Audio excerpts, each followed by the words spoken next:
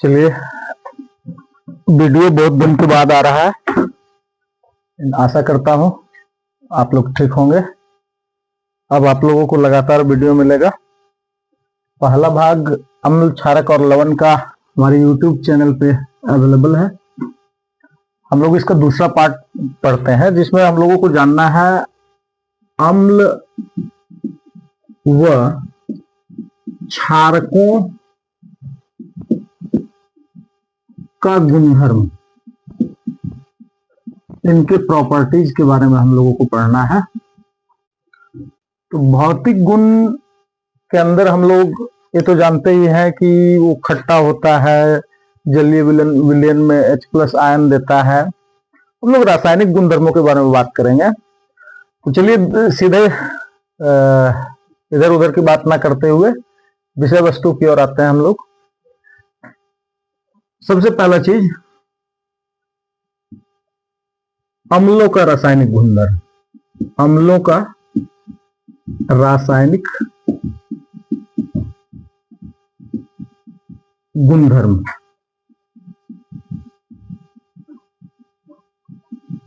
इसमें हम लोग रिएक्शन पढ़ेंगे कि अम्ल किस पदार्थ से किस प्रकार का रिएक्शन करता है, उसके पश्चात क्या क्या बनता है, इसके बारे में हम लोग जानकारी लेंगे।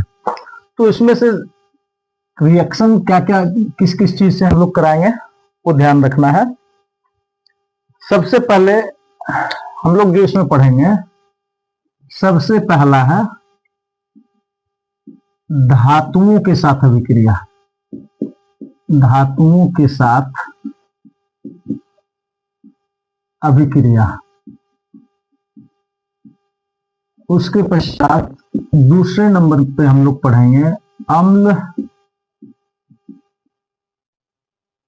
व धातु कार्बोनेट।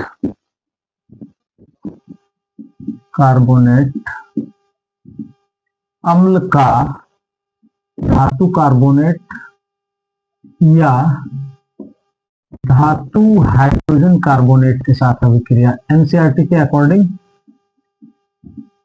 हाइड्रोजन कार्बोनेट के साथ अभिक्रिया। इसके बाद तीसरे नंबर में हम लोग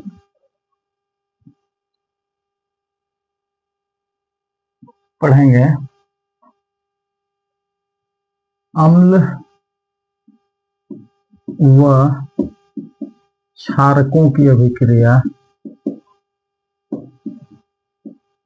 अम्ल व क्षारकों की अभिक्रिया। इसके आगे जल से अभिक्रिया हम लोग पढ़ेंगे। जल से अभिक्रिया। तो आइए एक एक करके हम लोग देखते हैं कि किस प्रकार किससे अभिक्रिया होती है। स्टार्ट करते हैं। तो सबसे पहला है धातुओं के साथ अभिक्रिया। धातुओं के साथ अभिक्रिया। किसकी? अम्ल की अभिक्रिया। धातुओं के साथ अभिक्रिया करने से क्या होता है, ध्यान दीजिएगा। अम्ल धातुओं के साथ अभिक्रिया कर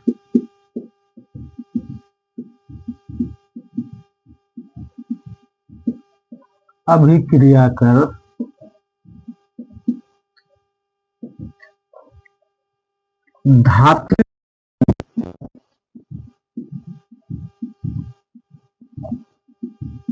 व हाइड्रोजन गैस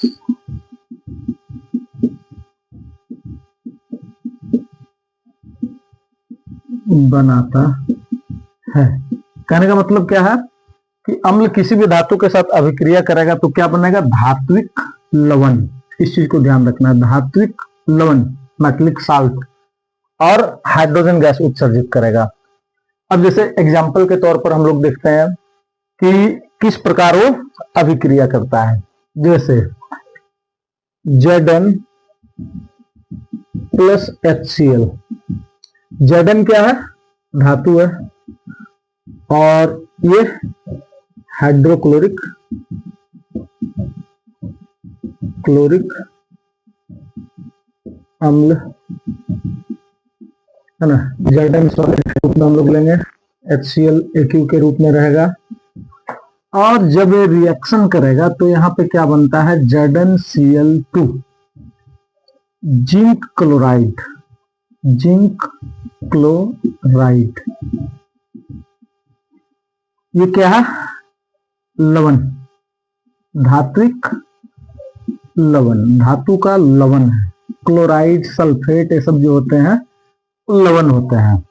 और साथ ही साथ H2 गैस बनाता है। कौन सा गैस, H2 गैस बनाता है। ध्यान रखना है कि धातु अगर अम्ल के साथ अभिक्रिया करे तो कहने का मतलब क्या बनेगा, धात्विक लवण और हाइड्रोजन गैस। यहाँ पे बन रहा है जैसे जिंक, दानेदार जिंक में अगर हाइड्रोक्लोरिक एसिड को डाला जाए या एसिड में से इसको डाला जाए जिंक को, तो उस कंडीशन में क्या बनेगा, ZnCl2 प्लस H2। ध्यान रखना है। अब यहाँ पे संतुलित करने की बारी आती है तो वो मैं आप लोगों पे छोड़ता हूं। आप इन समीकरण को संतुलित करते जाएंगे। कैसे संतुलित करना है वो ध्यान देना है। H2 यहाँ पे H2 है, H को 2 करेंगे। अब देखिए Zn1 Cl2 Cl2 H2 H2, ये संतुलित हो गया। ऐसे ही बहुत सारी धातुएं जो है उसके साथ आप रिएक्शन करवा के देख सकते हैं। यानी कि हमको थ्योरी क्या याद रखना है, थ्योरी यही याद रखना है कि धातु प्लस अम्ल इक्वल टू धात्विक लवण, धात्विक लवण plus hydrogen gas, hydrogen gas. और भी एग्जाम्पल लेते हैं हम लोग, Mg मैग्नीशियम और HCl। तब Mg Cl2 प्लस H2, इसको भी संतुलित कर लेना है। संतुलित हो गया। तो यहाँ पे क्या बना, ये मैग्नीशियम है। मैग्नीशियम जैसा कि आप सब कोई जानते हैं, मैग्नीशियम भी धातु है और ये हाइड्रोक्लोरिक अम्ल।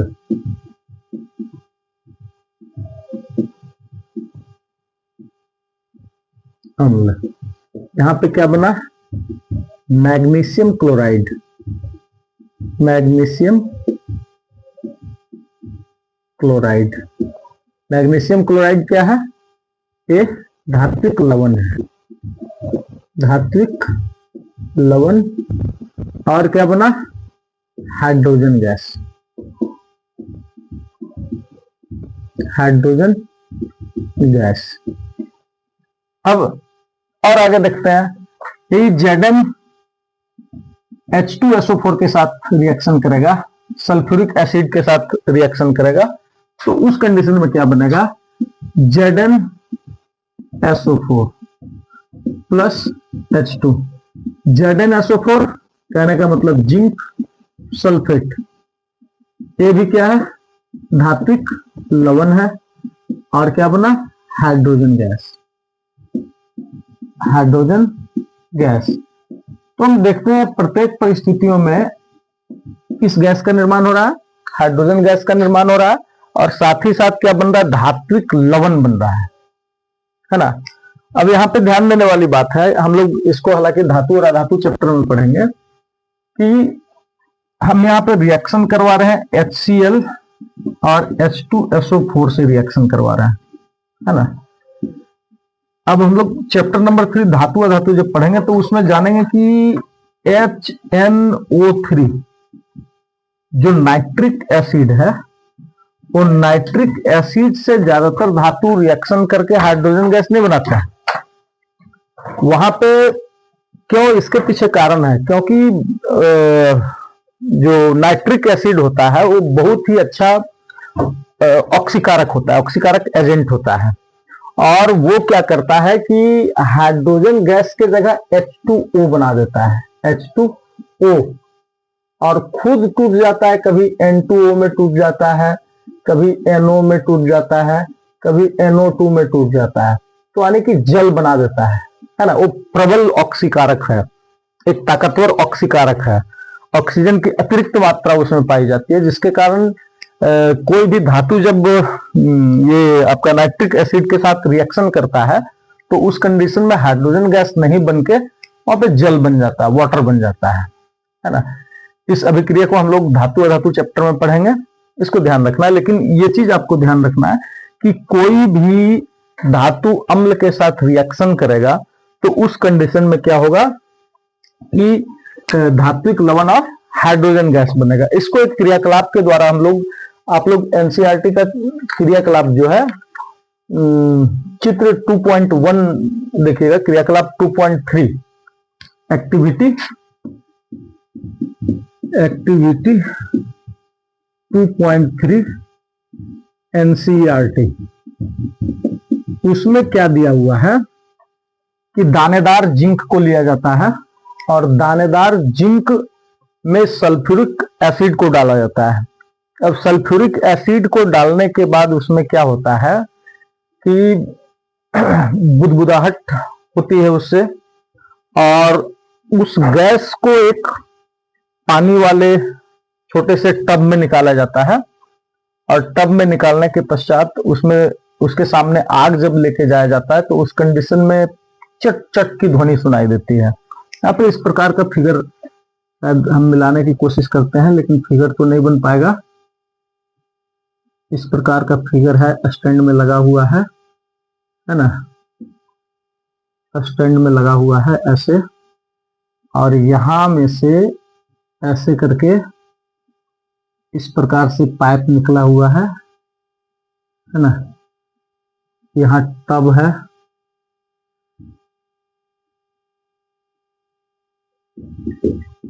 और क्या हो रहा है ना, यहाँ पे दानेदार जिंक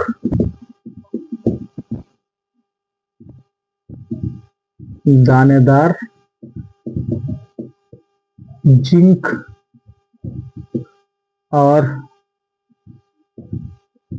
सल्फ्यूरिक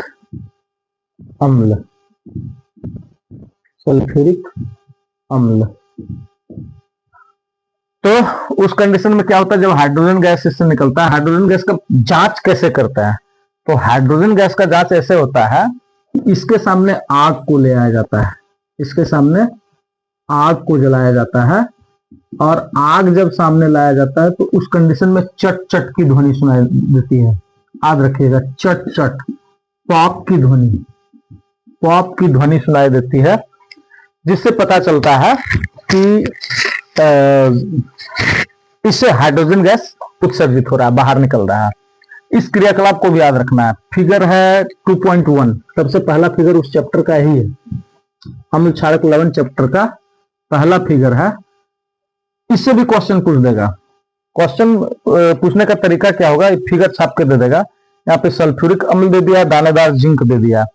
अब बोलेगा कि इसके लिए संतुलित रासायनिक समीकरण लिखे, तो इसका संतुलित रासायनिक समीकरण कौन होगा, ये हो जाएगा आपका संतुलित रासायनिक समीकरण लिखें। आप संतुलित करके लिख देना है, और बोलेगा कि इसमें कौन सा गैस उत्सर्जित होता है, तो उस कंडीशन में आपको क्या देना है, हाइड्रोजन गैस। अब इसके बेसिस पे क्वेश्चन पूछता है, यहाँ पे ध्यान दीजिएगा कि पीतल एवं तांबे के बर्तन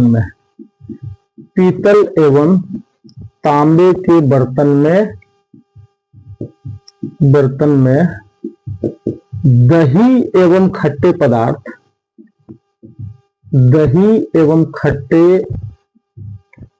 पदार्थ नहीं रखने चाहिए।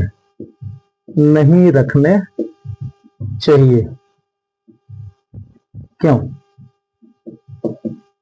ये क्वेश्चन है एनसीईआरटी का, शायद अम्ल क्षारक लवण चैप्टर का सबसे पहला क्वेश्चन यही है।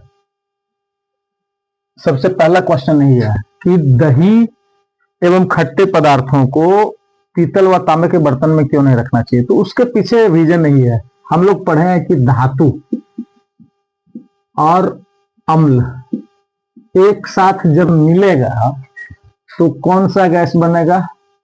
धात्विक लवण तो बनेगा ही, और धात्विक लवण के साथ साथ हाइड्रोजन गैस बनेगा, और हाइड्रोजन गैस खाने योग्य नहीं होता है।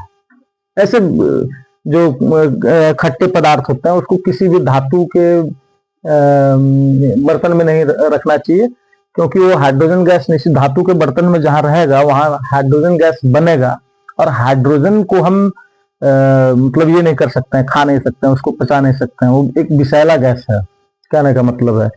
इसके अलावा जो अम्ल होते हैं वो धातु के बर्तनों को भी संक्षारित करने का काम करते हैं। इसलिए हम लोगों को जब भी अचार वगैरह रखना चाहिए, नींबू वगैरह रखना चाहिए, दही वगैरह रखना चाहिए, तो मिट्टी के बर्तन वगैरह में, शीशे के बर्तन वगैरह में रखना चाहिए, ताकि वो खराब ना हो। उसका स्वाद भी बिगड़ जाता है, स्वाद भी खराब हो जाता है। इसलिए हम लोगों को कोशिश करना चाहिए कि हम खट्टे पदार्थों को हमेशा किस में रखें?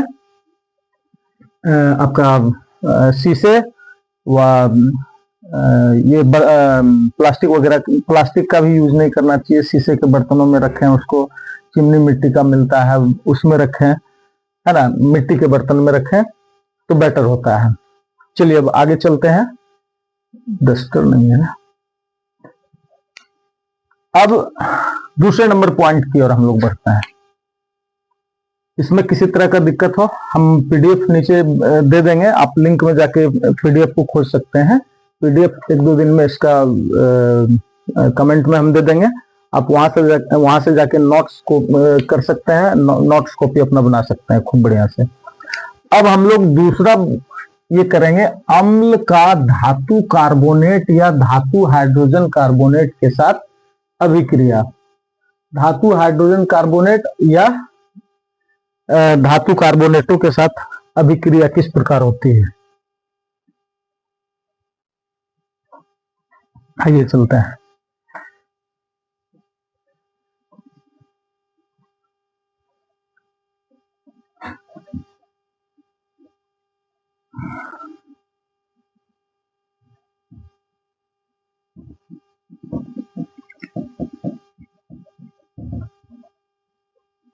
अब यहां पे थोड़ा सा और जानना है कि क्या क्षारक जो है वो धातुओं के साथ अभिक्रिया नहीं करते हैं? तो यहां पे ध्यान रखना है कि सामान्यतः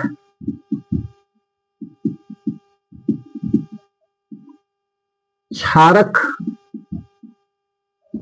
धातु के साथ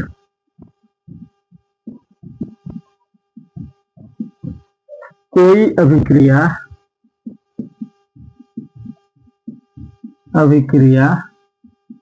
नहीं करते हैं, नहीं करते हैं।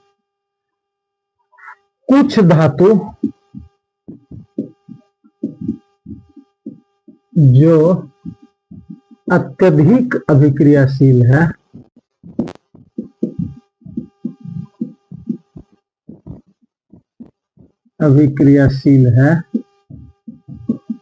वे अत्यधिक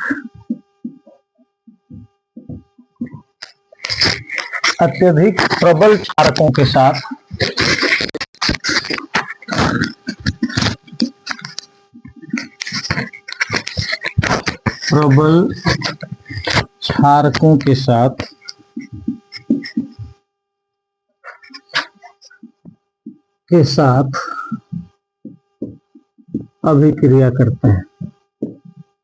अभिक्रिया करते हैं। इसमें ज्यादा उलझना नहीं, आपको याद रखना है कि जो क्षारक होते हैं वो धातुओं के साथ ज्यादातर अभिक्रिया, सामान्यतः वो अभिक्रिया नहीं करते हैं, है ना, ये चीज ध्यान रखना है। जैसे अगर कर भी लिया, अत्यधिक जो अभिक्रियाशील होते हैं, जैसे जिंक हो गया, क्योंकि एल्यूमिनियम के साथ भी होता है, ये सब के साथ अभिक्रिया कभी कभी कर लेता है। और क्या बनता है इसको ध्यान रखना है, एनसीईआरटी के अकॉर्डिंग हम बताते हैं। NaOH plus Zn। जैसे हम क्या बोले कि अत्यधिक प्रबल क्षारक रहेगा उसके साथ ही अभिक्रिया करने पाएगा, नहीं तो अभिक्रिया नहीं करने पाएगा। तब क्या बनाता है, Na2ZnO3, Na2ZnO3। इसका मतलब हुआ सोडियम जिंकेट, सोडियम जिंकेट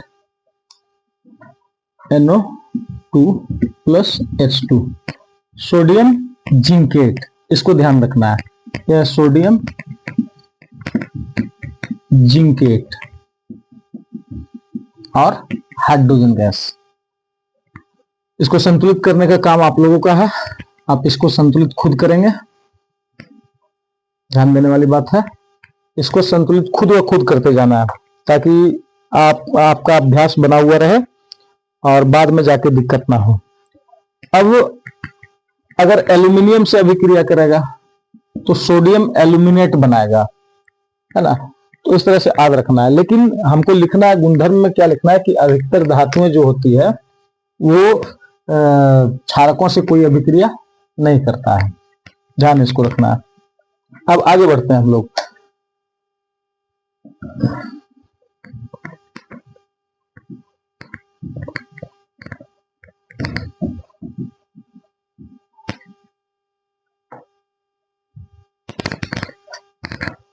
अम्लों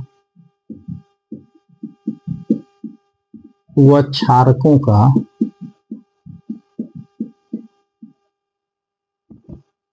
धातु कार्बोनेट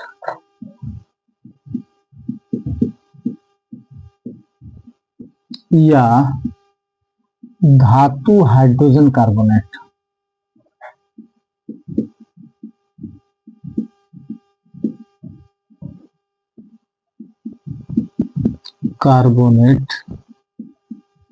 के साथ अभिक्रिया। इसमें क्या ध्यान रखना है, अम्ल धातु कार्बोनेट या धातु हाइड्रोजन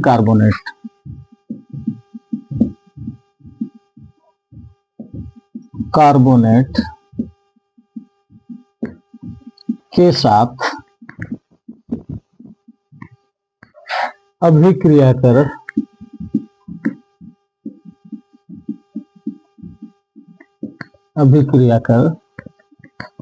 धात्विक लवण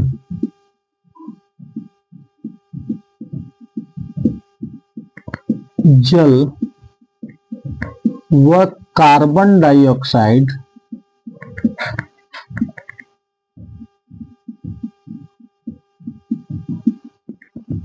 गैस का निर्माण करता है। थ्योरी इस तरह से याद रखना है, अम्ल प्लस धातु कार्बोनेट, अम्ल प्लस धातु कार्बोनेट या धातु हाइड्रोजन कार्बोनेट,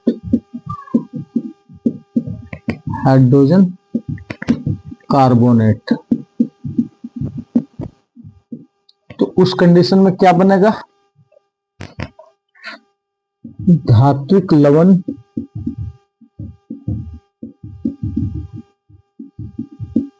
जल एवं कार्बन डाइऑक्साइड दोनों चीज में, चाहे कार्बोनेट हो चाहे हाइड्रोजन कार्बोनेट हो, तो दोनों चीजों में धात्विक लवण, जल और कार्बन डाइऑक्साइड। चलिए हम लोग एग्जांपल लेते हैं, जैसे HCl प्लस किसी भी धातु का कार्बोनेट लेते हैं, जैसे Na2CO3, ये क्या हुआ, सोडियम कार्बोनेट।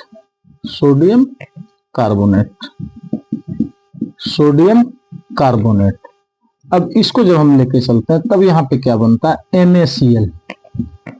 NaCl यानी कि सोडियम क्लोराइड। सोडियम क्लोराइड, और सोडियम क्लोराइड क्या है, लवण है, धात्विक लवण है। प्लस क्या बनता है, H2O, जल। और तीसरा क्या बनता है, कार्बन डाइऑक्साइड गैस बनता है। अब इसको यहाँ पे ध्यान रखिएगा, AAQ, ए लिक्विड और a gas, HCl, AQ, Na2CO3 solid. ध्यान रखना है इसको, और इसी तरह से आगे बढ़ते जाना है ताकि दिक्कत ना हो, क्योंकि इसमें ध्यान हम लोगों को यही रखना है कि धात्विक लवण, जल और कार्बन डाइऑक्साइड, ये तीनों चीज बनता है। अब आगे चलते हैं, हम लोग आगे देखते हैं। HCl प्लस CaCO3, ये क्या है, कैल्शियम कार्बोनेट।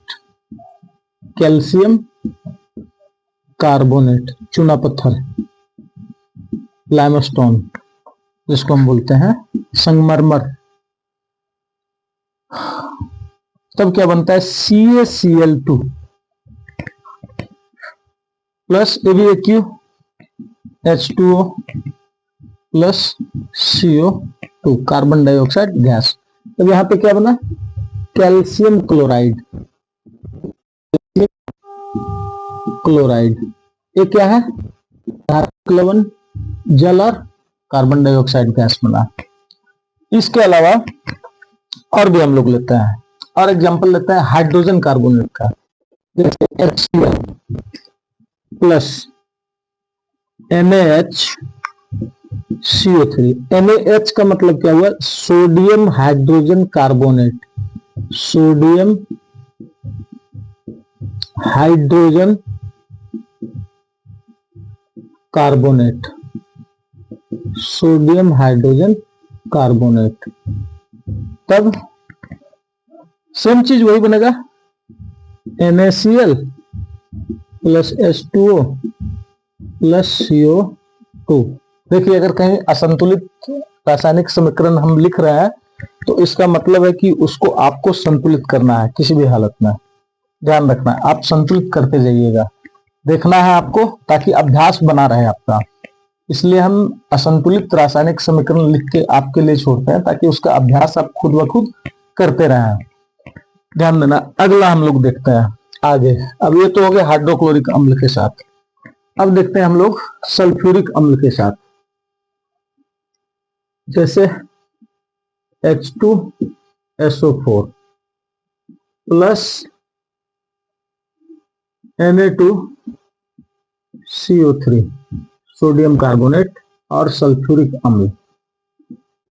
क्या हो जाएगा, Na2SO4 plus H2O plus CO2। ध्यान देना है, Na2SO4 ये क्या है, सोडियम सल्फेट। सोडियम सल्फेट ये क्या है, जल। और ये क्या है, कार्बन डाइऑक्साइड गैस। ध्यान रखना है।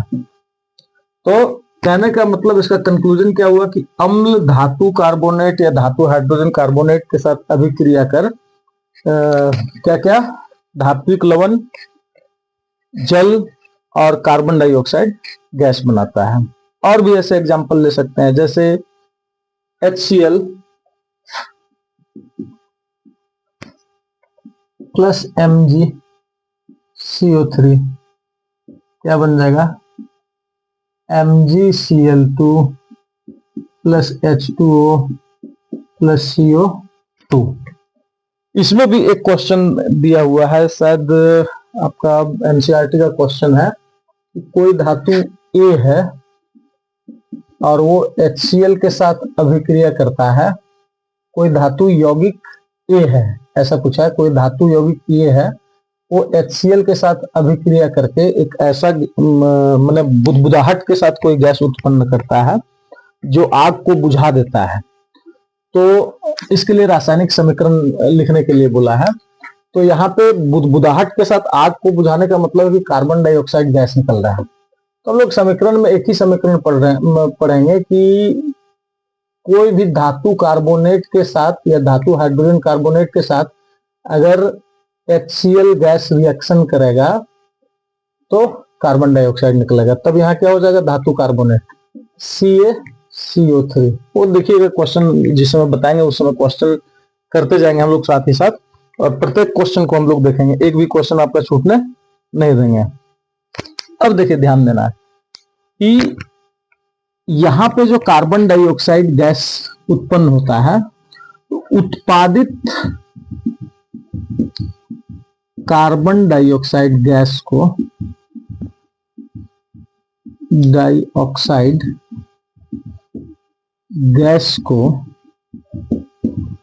चूने के पानी में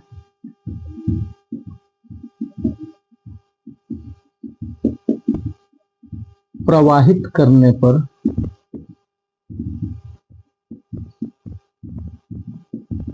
चूने का पानी दूधिया हो जाता है। चूने का पानी दूधिया हो जाता है। कभी कभी इसका भी रिएक्शन पूछ देता है कि कार्बन डाइऑक्साइड गैस को चूने के पानी में प्रवाहित करने पर चूने का पानी दूधिया हो जाता है। इसके लिए संतुलित रासायनिक समीकरण लिखें। उस कंडीशन में क्या समीकरण आप लिखेंगे, CaOH2 चूने का पानी, CaOH2 plus CO2 carbon dioxide gas, तो दूधिया होकर वो क्या बनाता है, CaCO3 प्लस H2O। बताया था इसको फर्स्ट चैप्टर में भी कि जब हम लोग चूने से पुचाड़ा मारते हैं उस समय बड़ा गंदा दिखता है, अच्छा नहीं दिखता है। लेकिन पुचाड़ा मारने के बाद अगर एक आध दिन उसको छोड़ देते हैं, जब वो सूख जाता है, कार्बन डाइऑक्साइड से जब रिएक्शन करता है, तो उस कंडीशन में क्या होता है कि वो बिल्कुल एकदम चमकदार, एकदम बिल्कुल व्हाइट चिट एकदम दिखने लगता है, बिल्कुल फ्रेश दिखना स्टार्ट हो जाता है। क्योंकि वो किससे रिएक्शन कर ले, चूने का पानी किससे रिएक्शन किया, आपका कार्बन डाइऑक्साइड के साथ रिएक्शन किया। तो उस कंडीशन में आपको ये चीज ध्यान रखना है। अब यहाँ पे CaCO3 ये संगमरमर और खड़िया, ये कैल्शियम कार्बोनेट का विविध रूप है। कैल्शियम कार्बोनेट जो चौक से हम लोग लिखते हैं बोर्ड में, उसका रासायनिक नाम क्या है, कैल्शियम कार्बोनेट। किसका, संगमरमर और खड़िया का, याद रखना है CaCO3। अब अगर भारी मात्रा में इसमें आपका CaCO3 में और अधिक अगर कार्बन डाइऑक्साइड हम लोग प्रवाहित करेंगे तो उस कंडीशन में क्या होता है, ध्यान दीजिएगा।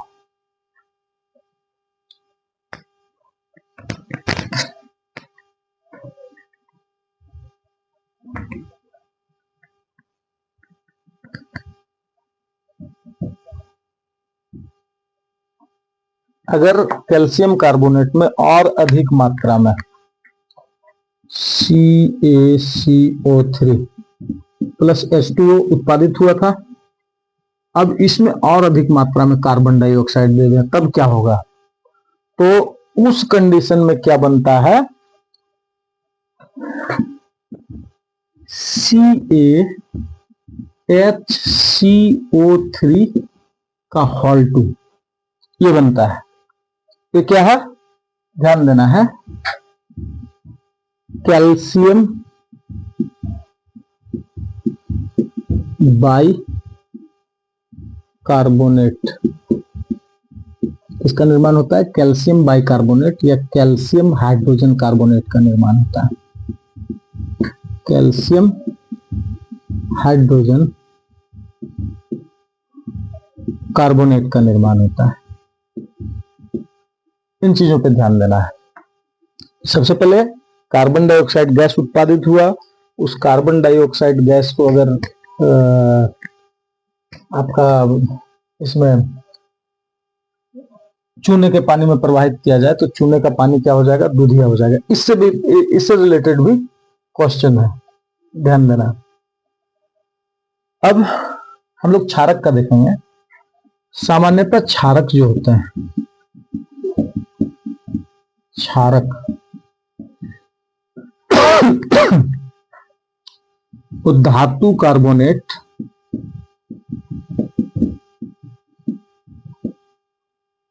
व धातु हाइड्रोजन कार्बोनेट के